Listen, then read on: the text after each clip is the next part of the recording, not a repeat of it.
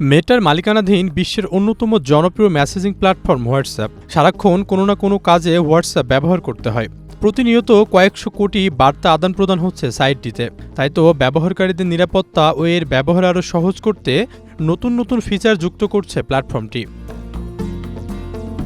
ব্যবহারকারীদের নিরাপত্তার কথা ভেবে দিন দিন কঠোর হচ্ছে মেটার মালিকানাধীন সাইটটি। সেই ধারাবাহিকতায় বেশ কিছু নতুন ফিচার চালু করতে যাচ্ছে মেটা, যা ভাঙলে ব্যান হবেন ব্যবহারকারী। এই ফিচার খুব শীঘ্রই রোল আউট করা হবে বলে জানা গিয়েছে। হোয়াটসঅ্যাপ ট্র্যাকার ওয়েবিটা ইনফো কিছুদিন আগে নতুন ফিচারটি সম্পর্কে রিপোর্ট প্রকাশ করেছে, যার অর্থ হোয়াটসঅ্যাপের পলিসি লঙ্ঘন করলে কিছু সময়ের জন্য চ্যাটিং করতে পারবেন না ব্যবহারকারীরা। তবে পুরনো যেসব চ্যাট রয়েছে সেখানে কথাবার্তা চালাতে পারবেন। ব্যবহারকারীরা যোগাযোগ যাতে বিচ্ছিন্ন না হয় তার শর্ত সাপেক্ষে এই সিদ্ধান্ত নিয়েছে মেটা।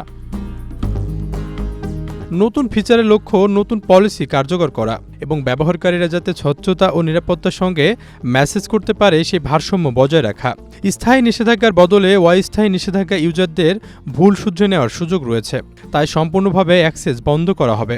শুধু নতুন চ্যাট ও নতুন ফিচারগুলো ব্যবহার করতে দেওয়া হবে না। এরই মধ্যে প্ল্যাটফর্মে একাধিক অটোমেটেড টুল এনেছে হোয়াটসঅ্যাপ, যাদের কাজ হলো অ্যাপে কোনো স্প্যাম, ব্ল্যাক মেসেজ এবং অন্যান্য অপব্যবহার হচ্ছে কিনা সেগুলো দেখা।